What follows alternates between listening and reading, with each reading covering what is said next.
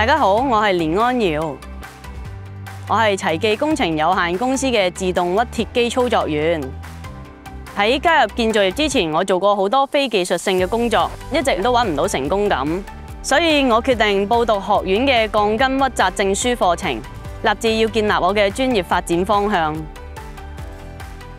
我揀紮鐵嘅原因好簡單，就係因為我好中意挑戰自己。我想話俾大家聽，巾幗不讓鬚眉。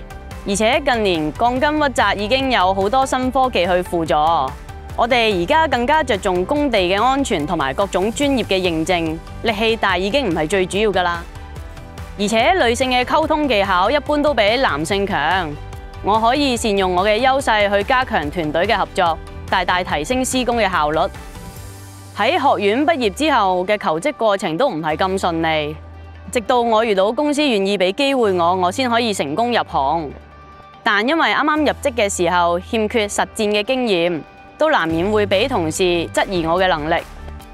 不過佢哋好快都接納咗我，而我嘅工作表現亦都獲得上司同同事嘅認同，令我初次喺職場上揾到成功感。我認為建造業嘅工匠精神係要追求卓越，喺每一個工序都要做到一絲不苟。我好注重安全同品質，兩方面都要做到最好。作為行業少數嘅女性，我成日都會參加職業生涯發展日嘅分享，以自身嘅經驗鼓勵更多女性入行發展所長。為咗進一步深化我嘅專業技能，我嚟緊會報讀 A12同 A12S 嘅課程，仲會學埋拆職調運員同埋考大工資格，希望做一個全面嘅技術員。公餘時間我亦都會積極參與義工活動，例如幫獨居長者安裝扶手。我希望用我嘅專業技能去幫助有需要嘅人。當初我決定請安瑤係俾佢嘅真誠打動，希望俾個機會佢試下。一開始以為佢會頂唔順，好快放棄。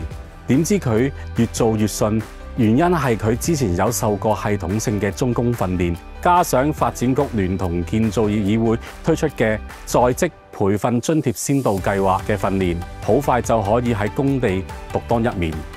作為佢嘅提名人同埋工地導師，我真係感到非常之自豪。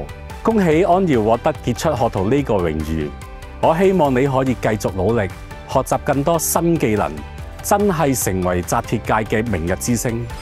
我好想多謝學院嘅導師同公司，令我學到一技傍身，再踏上專業嘅道路。嚟緊我願意為工作投入更多嘅時間同精神。我嘅短期目標係要成為一個紮鐵打理人，為行業可持續發展出一分力。